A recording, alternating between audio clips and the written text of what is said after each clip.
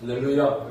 각 사람의 분량대로 축복이라고 하는 28절 마지막 부분에 있는 말씀을 우리가 생각하면서 은혜를 나누고자 합니다. 우리가 앞에서 창세기 49장은 이제 죽음을 앞둔 야곱이 자기 12아들들에게 들려주는 그런 말씀이다라고 하는 것을 살펴보았습니다. 특히 자기 아들들에게 축복을 말했다고 해서 이 창세기 49장은 무슨 장이라고 했습니까? 야곱의 축복장이라고 이렇게 부른다고 했습니다.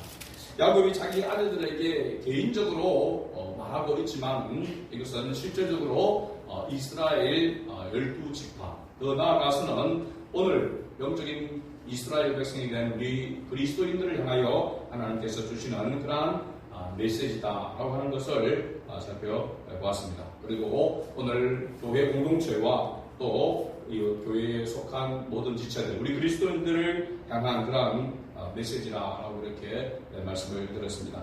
지난주에 우리는 야곱의 12아들들 가운데서 특히 레아가 낳았던 아들 4명에 대해서 살펴봤습니다. 장자, 르우벤, 그 다음에 두 사람이 같이 나왔죠. 형제가 시므온과 레위, 그리고 유다. 4명의 아들들에 대하여서 야곱이 축복한 것을 살펴봤는데, 실제로 보면은 축복이라고 할 만한 축복은 유다가 받았던 그러한 말씀이다라고 하는 것을 살펴보았습니다. 제대로 된 축복, 순수한 그런 축복이라고 한다면은 유다, 그 4아들 가운데에서 유다만이 복다운, 축복다운 그런 말씀을 받았다라고 여기 이야기하고, 르우벤이나 또 시므온이나 레위 같은 경우에는 거의 뭐 저주에 가까운 그러한 말씀이다라고 하는 것을 살펴보았습니다. 그 다음에 나오는 아들들도 오늘 중점적으로 우리가 다 살펴볼 수는 없고, 읽었던 본문은 요셉에 관한 그러한 말씀입니다. 그 외에 이 다른 아들들에 대하여서 말하고 있는 그런 부분들을 보면 간단하게 언급은 하겠지만, 이 아들들에 대한 예언이 가깝게는 사사기에 이 예언들이 거의 성취되는 그런 부분들로 나옵니다. 그래서 다음에 한번 사사기를 우리가 말씀을 나눌 때에 좀 더 구체적으로 살펴보기로 하고, 오늘 간단하게 언급해 보면 13절에 스불론이 나옵니다. 스불론도 누가 낳은 아들입니까? 야곱이 레아를 통하여 낳은 아들이다. 한 명 더 있습니다. 뒤에 나오는 누굽니까? 이사갈입니다. 그렇죠? 그래서 6명의 아들과 딸 디나를 레아를 통하여서 낳았던 그런 아들입니다. 이 스불론은 해변에 거주하려니 그곳은 되면은 해변이라 라고 이렇게 말합니다. 그의 경계가 시돈까지로다 라고 이렇게 말하는데, 이스라엘 그쪽 지도를 보게 되면 이스라엘 북쪽 북부입니다. 서북이라고 이렇게 말할 수 있고, 이 시돈 지역은 지금의 레바논입니다. 이스라엘 위쪽에 경계를 두고 동쪽 부분에는 시리아, 서쪽 부분에는 레바논이 자리를 하고 있고, 그 다음에 요단 동쪽에는 요르단이 이렇게 있습니다. 그래서 레바논 하면 여러분 떠오르는 게 뭐가 있습니까? 레바논에 백향목이 있습니다. 그래서 레바논의 백향목을 솔로몬 왕이 예루살렘 성전을 지을 때에 이 레바논 백향목을 항구를 통해서 바다를 주중해서 가지고 왔다. 그래서 이 스불론 지역과 이사갈의 지역은 또 아셀 지파도 있는데, 이 지중해를 끼고 있는 그런 항구다 이렇게 말할 수 있습니다. 그 다음에 14절에 보면 이사갈은 양의 우리 사이에 꿇어앉는 건장한 나귀로다 이렇게 말하는데, 여기 건장한 나귀라고 하는 것은 문자로 보면 뼈의 나귀라 이렇게 합니다. 뼈의 나귀. 이게 어떤 의미냐 하면은 골격이 좋은 나귀를 이야기합니다. 골격이 좋은 나귀. 누가 그렇다는 말입니까? 이사갈과 이사갈의 그 지파, 그 후손들이 그와 같다는 거예요. 직역을 하면은 힘이 센 종족이지만은 노예같이 지배를 받을 것이라 라고 이렇게 말하고 있습니다. 가지고 있는 그 힘은, 권력은 좋지만은, 힘이 세지만은, 그러나 노예같이 지배를 받을 것이다. 이것도 축복이라고 말하기는 좀 그렇죠. 거의 뭐 저주에 가깝다라고 이렇게 볼 수 있습니다. 여기까지 6명의 아들들은 바로 야곱이 레아를 통해서 낳은 그런 소생들입니다. 그 다음에 나오는 21절에 나오는 단과 납달리, 단이 나오고 그 다음에 납달리가 이렇게 나오는데, 단과 납달리는 야곱의 아내 중에 라헬, 야곱이 가장 사랑했던 라헬의 시녀, 바로 빌하의 소생입니다. 그리고 갓과 아셀은 레아가 레아의 시녀, 바로 실바의 소생입니다. 그래서 이 네 명은 단과 납달리, 갓과 아셀은 이 네 명은 어떻게 보면은 서자격의 아들들이라고 이렇게 볼 수 있습니다. 그러나 고대 건동에서는 본부인의 지시에 따라서, 그 의사에 따라서 남편에게 시녀를 주어서 얻은 아들들도 적자와 같이 법적으로 아들과 똑같은 그런 동등한 지위를 가질 수 있었다라고 이렇게 설명이 되어 있습니다. 그러기에 야곱의 12아들 가운데 이 4명의 어떻게 보면 철의 소생들지만은 그들도 동등한, 적자와 같은 동등한 그런 자격으로서 훗날 12지파를 형성하는데 포함이 되었다라고 하는 사실입니다. 제가 이것을 살펴보면서 오늘날 이 바로 단과 납달리, 그리고 갓과 아셀은 이 모습을 볼 때 혈통적으로 보면 서자격입니다. 서자격. 그렇죠? 근데 사도 바울이 우리를 향하여서 이방인으로서 구원함을 받은, 우리는 적통으로 보자면 이스라엘 혈통이 아니잖아요. 그죠? 유대인 혈통이 아닙니다. 이방인으로서 우리가 그리스도인이 되는 자리죠. 이렇게 보면은 이 혈통을 따지자면 우리 또한 서자격입니다. 그래서 사도 바울은 로마서 11장에 어떻게 표현을 했냐면은 우리를 향하여서 돌감람나무라고 했습니다.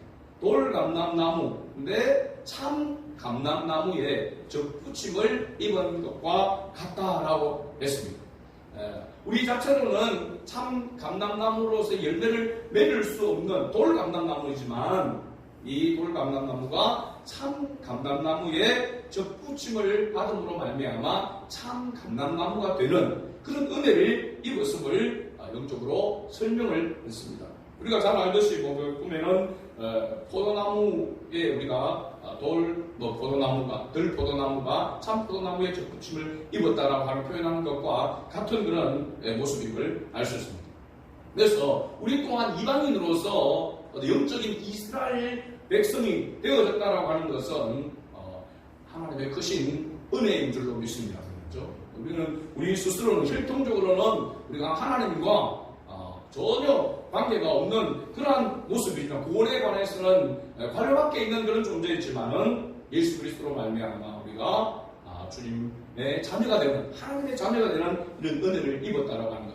그리고 유대인들은 자기들의 혈통으로 그렇다 치더라도 우리는 이방인으로서 우리가 구원함을 받았다는 것에 대해서 더 큰 우리가 감사가 있어야 될 줄로 믿습니다. 그 다음에 27절에 보면 베냐민에 대해서 간단히 언급을 하고 있습니다. 여러분, 베냐민 지파 중에서 초대 이스라엘의 왕이 나왔습니다. 누굽니까? 사울 왕입니다. 사울 왕. 그죠? 사울 왕이 기스의 아들 사울 왕, 사무엘상에 나오지 않습니까? 근데 이 베냐민 지파 자체가 굉장히 호전적인 그런 기질을 가지고 있는 그런 지파입니다. 그래서 사울 왕도 준수하고 탁월한 그런 사람이었지만, 왕이었지만은 사무엘 선지자가 제사를 집행하기 위해서 오기를 기다리지 못하고 그 사이에 자기가 제사를 드림으로 말미암아 하나님 앞에 버림을 받게 되어지는 그런 모습을 보게 되죠. 그래서 이 베냐민 지파라고 할 때에 굉장히 호전적인 그런 기질을 가지고 있는 그런 지파다라고 하는 것을 볼 수 있습니다. 그래서 사사기와 이 사무엘 상기를 거쳐가면서 보면은 이 12아들들에 대해서 특히 우리가 언급하지 않지만 단과 납달리, 갓과 아셀 이런 지파들에 대하여서 우리가 조금 더 살펴볼 그런 기회가 있을 것입니다. 이제는 축복의 진수인 바로 요셉에 대한 예언을 오늘 살펴보려고 합니다.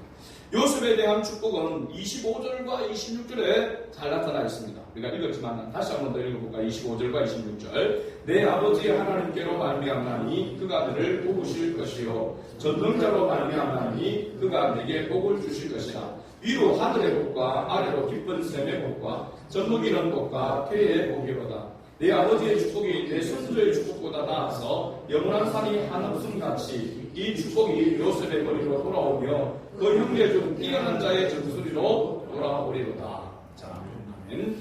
축복이라고 한다면 하나님께 복을 받는다고 한다면 적어도 이런 복을 받아야 복이라고 우리가 이야기할 수 있지 않겠습니까? 그죠? 위로 하늘의 복, 아래로 원천 깊은 샘의 복, 그 다음에 젖먹이는 복과 퇴의 복, 형제 중에 뛰어나고 선조보다 나은 그런 복을 받는 것. 이런 복들을 한꺼번에 묶어서 한마디로 말한다면 어떤 사람이라고 말할 수 있을까요? 이런 복을 받은 사람. 요즘 말로 하면 로또 맞았다고 이야기할 수 있을 것이고, 그죠? 바로 복등이라고 말할 수 있습니다. 복등. 성경으로 빌리자면은 이건 바로 범사의 복을 받았다라고 그렇게 말할 수 있습니다. 위로 하늘의 복과 아래로 땅의 복과 그 모든 것들의 필요한 것들을 몽땅 그리고 자자손손 후손들까지 계속해서 그 축복이 있을 것이라 이렇게 말하고 있습니다. 먼저 하늘의 복은 이슬과 비, 햇볕을 말하고 있습니다. 이 팔레스타인 지역, 가나안 땅의 지역도 마찬가지지만 이 지역은 정말로 이슬이 적당한 때에 또 이른 비와 늦은 비가 적당한 때에 내려야만 목축이나 농사가 잘 되어지는 그런 곳입니다. 그래서 실제로는 척박한 땅이지만 이른 비와 늦은 비가 또 이슬이 적당한 때에 내리기만 하면은 젖과 꿀이 흐르는 바로 땅이 되는 것입니다. 그러니까 하늘의 복이 있어야 한다라고 하는 것을 알 수 있습니다. 땅의 복은 이 땅 자체가 굉장히 이 광야, 척박한 그런 땅이기 때문에 뭐가 많이 필요하겠습니까? 물이 필요한 거죠, 그죠? 그래서 샘이 필요하고 그 샘을 이삭도 가는 곳마다 우물을 이렇게 파게 되죠. 우물을 소유한다는 것은 그 당시 보면 굉장히 큰 자산을 가지는 것이다 라고 이렇게 말했습니다. 그래서 샘들과 지하수와 같은 물 근원이 풍부하게 사용될 수 있는 그런 복을 말하고 있습니다. 그 다음에 전복의 복과 퇴의 복은 당연히 많은 자손 번성의 복을 이야기하고 있습니다. 여러분 한때는 우리가 자녀를 많이 낳는 건 저도 7남매 그리고 저희 시골의 아래집에는 10남매 이런 식으로 서로 막 아이한테 경쟁했듯이 막 이렇게 자녀들이 많았습니다. 그래서 막 하도 그러니까, 아들, 딸 구별 말고, 하나만 낳자, 이렇게 했는데, 그렇게, 이야기하다가, 결국은 어떻게 됐습니까? 지금은 아이를 안 낳아가지고 난리잖아요. 그죠? 중국도 지금 굉장히 심각하답니다. 인구에 줄어드는데, 노령 인구가 많이 늘어나고, 그렇게 인구가 많았던 그런 나라. 그래서 다시 지금 인구 정책 가운데서 굉장히 이 비중을 많이 차고 있는데 지금 우리나라도 마찬가지입니다. 이게 자녀를 특별히 우리 예수 믿는 사람들이 자녀를 많이 낳아야 된다는 거죠. 근데 아무리 이야기해도 잘 안 낳죠. 힘드니까 그죠? 그래도 우리가 성경적으로 보면은 우리 그리스도인들은 자녀를 많이 낳아야 되는 것이 여기 보면은 하나님께서 우리를 선택한 우리를 창조한 그 가운데서 가장 첫 번째 본분이 바로 책임이 자손 번성인 줄로 믿습니다. 그거에 대한 책임. 물론 자녀만 많이 낳는다고 하는 것이 중요한 것이 아니라 믿음의 자녀가 되어야 되겠죠. 하나님의 자녀로 하나님의 나라가 확장되어야 될 줄로 믿습니다. 아무튼 이러한 축복에 대하여서 요셉에게 야곱은 그야말로 할 수 있는 모든 복을 이야기를 하고 있습니다. 그런데 중요한 것은 이러한 축복이 누구로부터 말미암느냐라고 하는 것입니다. 복의 근원이신 전능하신 하나님으로 말미암을 것이라고 야곱은 말하고 있습니다. 24절 말씀의 뒷부분에 보면 이는 야곱의 전능자 이스라엘의 반석인 목자의 손을 힘입음이라 라고 이렇게 말하고 있습니다. 여기 하나님이 바로 전능하신 하나님 엘사다이라 이렇게 이야기합니다. 이것은 하나님의 능력으로 족장 야곱을 그 많은 고난에서 구원하셨고 또한 장차 요셉의 후손들을 대적들의 모든 핍박과 잔인한 공격에서 구원할 것임을 말하고 있습니다. 야곱이 얼마나 험악한 세월을 보냈습니까? 그 험악한 세월을 보내면서도 하나님의 도움의 손길이 전능자의 도움의 손길이 항상 함께 했다라고 이렇게 야곱이 고백하고 있죠. 그 하나님, 그 자기와 함께 하신 전능하신 하나님께서 요셉과도 그리고 요셉의 자손들에게도 함께 하실 것이다 라고 그렇게 지금 축복하고 있는 것입니다. 야곱과 마찬가지로 요셉도 24절 보면 활 쏘는 자, 요셉에게 활을 쏜다라고 하는 이 적대 세력은 바로 뭐냐면 모든 요셉을 무너뜨리려고 했던, 괴롭혔던 그런 대적들을 지칭하는 그런 말들입니다. 이렇게 그들이 한꺼번에 요셉을 공격하였지만 가깝게는 들고 보면 형들이라고 할 수 있습니다. 시기하고 질투하고 그래서 팔아버리는, 애굽으로 팔아버렸던 그 형들. 그 다음에 애굽으로 팔려갔을 때에 보디발 장군의 아내의 그 유혹과 또 그 모함으로 말미암아 감옥에 들어가게 되어지는 이러한 대적들을 손에서 구원한 전능하신 하나님께서 앞으로도 그의 후손들에게도 함께 하실 것을 야곱은 축복을 하고 있는 것입니다. 야곱은 자신과 함께 하셔서 도우신 하나님께서 요셉과도 함께 하셔서 도우실 것이고 그리고 그의 후손들에게도 도울 것이다 라고 이렇게 말하고 있습니다. 자, 야곱이 지금 요셉에게 이야기하고 있고 요셉도 이 복이 어떤 것인가를 이미 경험을 했습니다. 그래서 하나님과 함께함이 곧 복인 줄을 믿습니다. 여호와를 가까이함이 내게 복이라. 시편 기자가 그렇게 말했던 것처럼 하나님과 함께하는 자, 하나님과 함께함이 곧 복이다라고 이렇게 말하고 있습니다.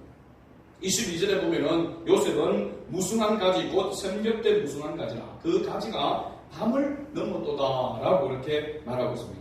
우리가 잘 아는 제가 오늘 예배 전에 공독했던 시편 1편 말씀에 보면은 복 있는 사람은 이렇게 나오지 않습니까? 시편 1편 3절에 보면 그는 시냇가에 심은 나무가 철을 따라 열매를 맺으며 그 잎사귀가 마르지 아니함 같으니 그의 모든 일이 다 형통하리로다 라고 이렇게 형통의 복을 이야기를 하고 있는데 그 형통의 복이 될 수밖에 없는 것이 바로 뭐를 이야기하고 있냐면 나무가 어디에 심겨졌다는 겁니까?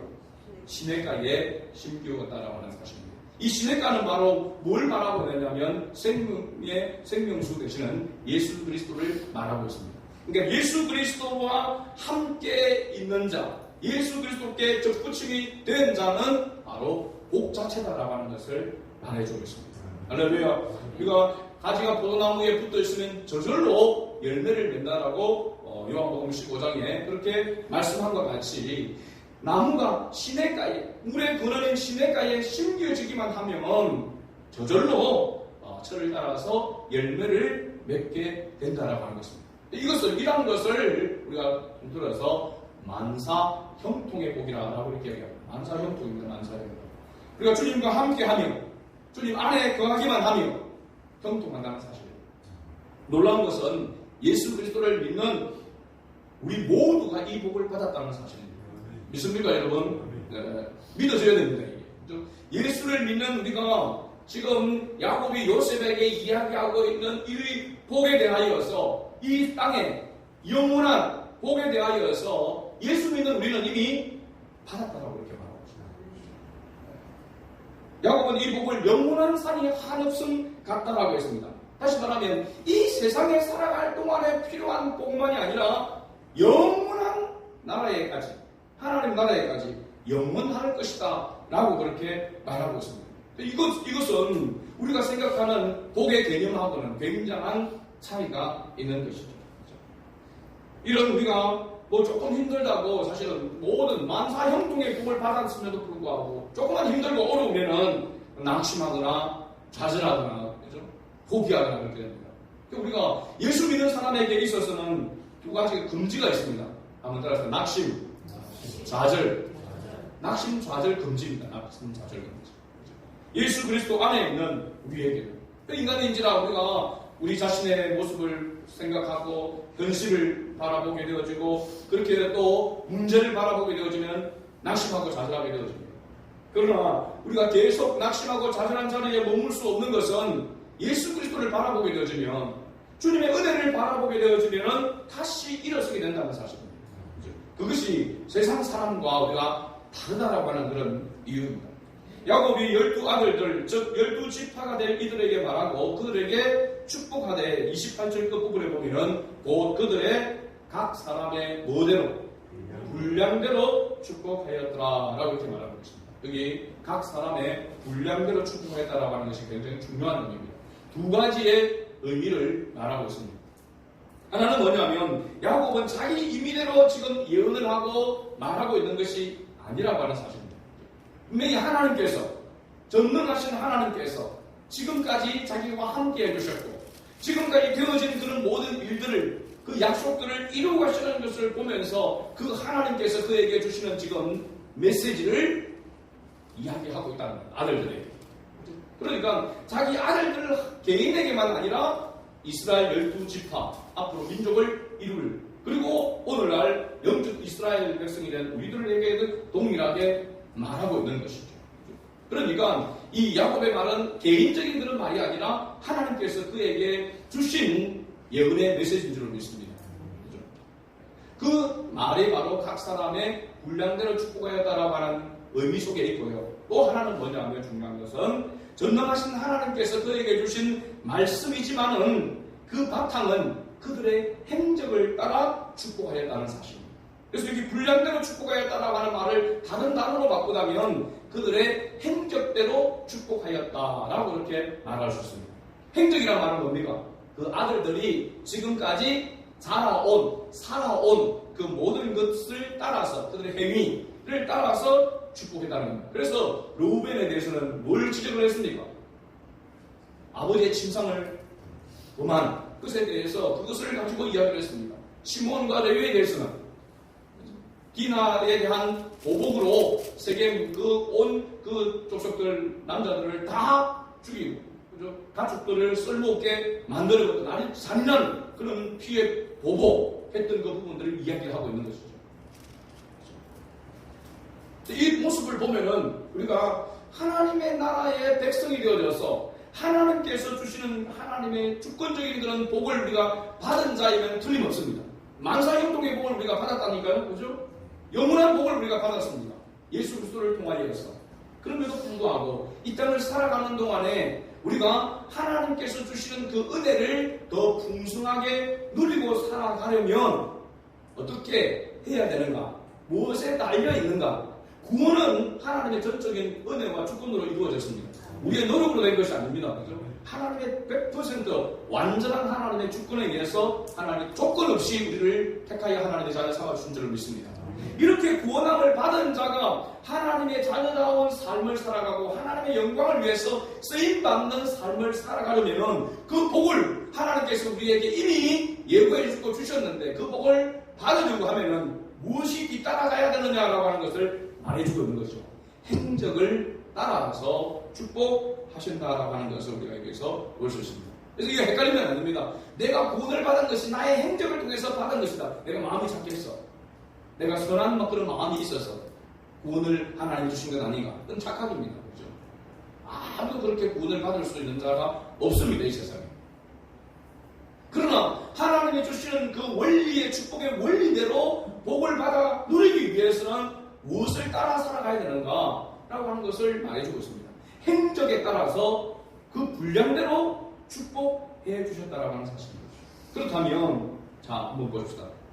우리가 하나님의 자녀대로 살아가고 하나님의 말씀대로 살아가야 되는데 하나님의 자녀가 되었음에도 불구하고 자기 마음대로 자기 생각대로 자기 방법대로 살아간단 말이죠.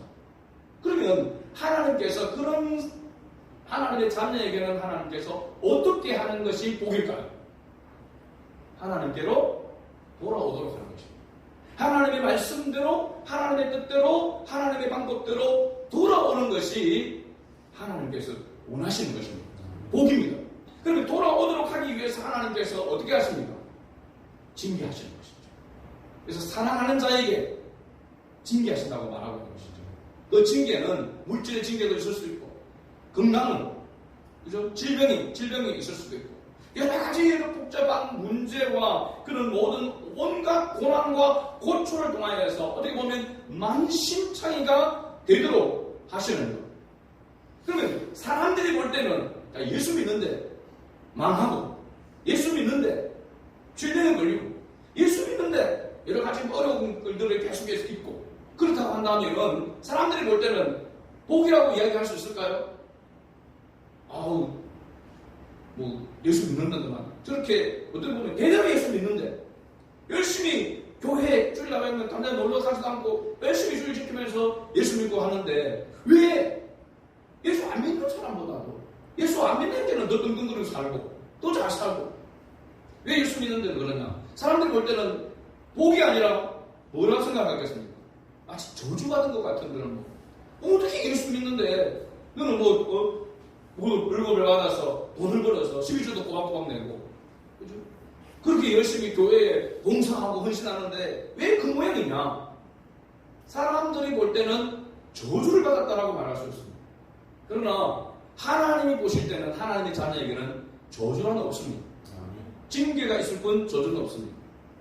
그 사람에게 하나님께서 사랑하심으로 말미암아 더 때리시고 더 하나님께서 매를 드셔서 어떻게 하든지 하나님께로 더 돌이키고 하나님의 뜻 안에서 살아갈 수 있도록 하나님께서 그렇게 하시는 것입니다. 누구와 같이?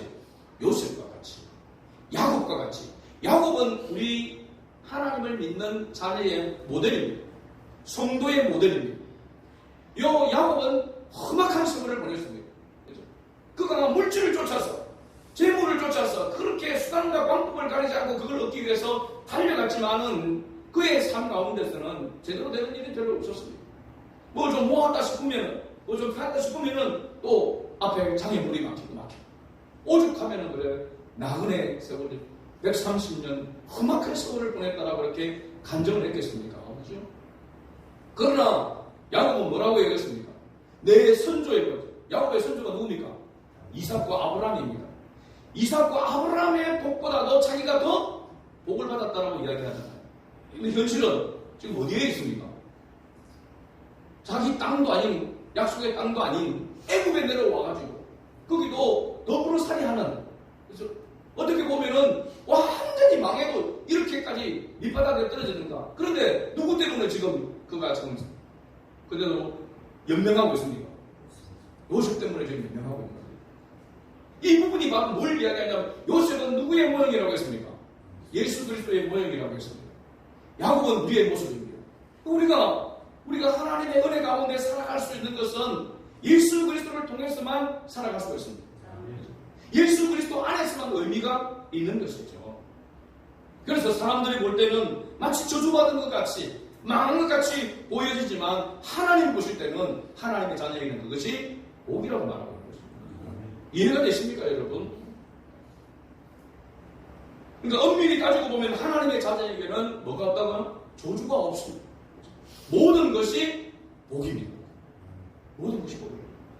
제가 지난 수요일 날 또 그렇게 말씀을 드렸지만, 그죠?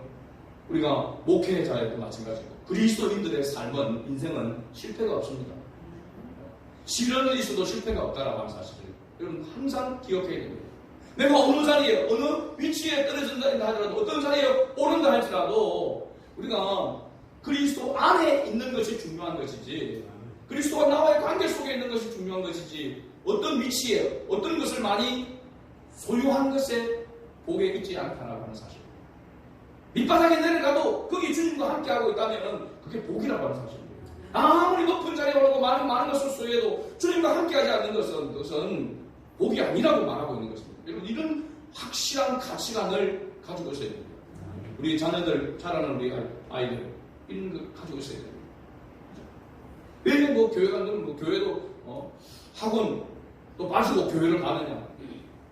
여러분 그런 이야기를 들을 때마다 나는 너무 다르다라고 하는 것을 알아야 됩니다. 구별된 자라고 하는 것을 알아야 합니다.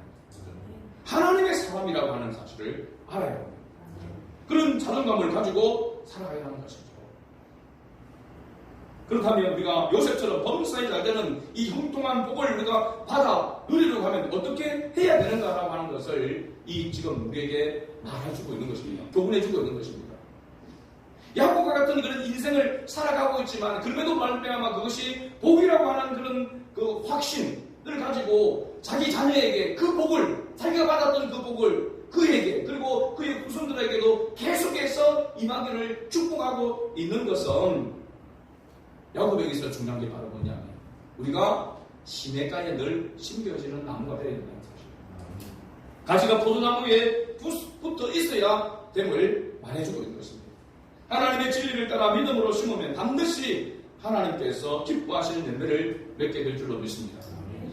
그리고 그러니까 내가 지금 내 지금 형격대로 내가 지금까지 살아온 그 모습대로 계속해서 살아간다면 우리는 하나님께서 주시는 그 많은 복에 대한 복과 멀어질 수도 있습니다.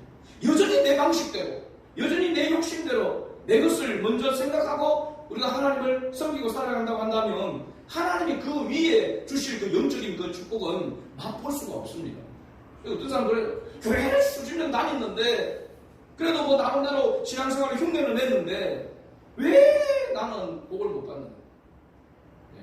말하는 세상적인 복을 받지 못하느냐라고 그렇게 이야기합니다. 거기에는 여러 가지 이유가 있겠지만은 어떤 측면에서 우리가 살펴볼 때에는 내가 하나님이 주시는 그 복을 받을 만한 그런 행적을 그렇게 살아가고 있는가? 정말 주님께 심겨지고 주님의 말씀을 따라서 그렇게 살아가고 있는가? 주님께 반드시 심겨지게 되어지면 철을 따라서 주님이 원하시는 열매가 맺어진다라고 말씀하고 있는데 지금 어떤 그런 과정 속에 물론 있을 수 있고 내 때가 아닌 다음 때에 하나님께서 더 형통한 복을 주실 수도 있을 것입니다.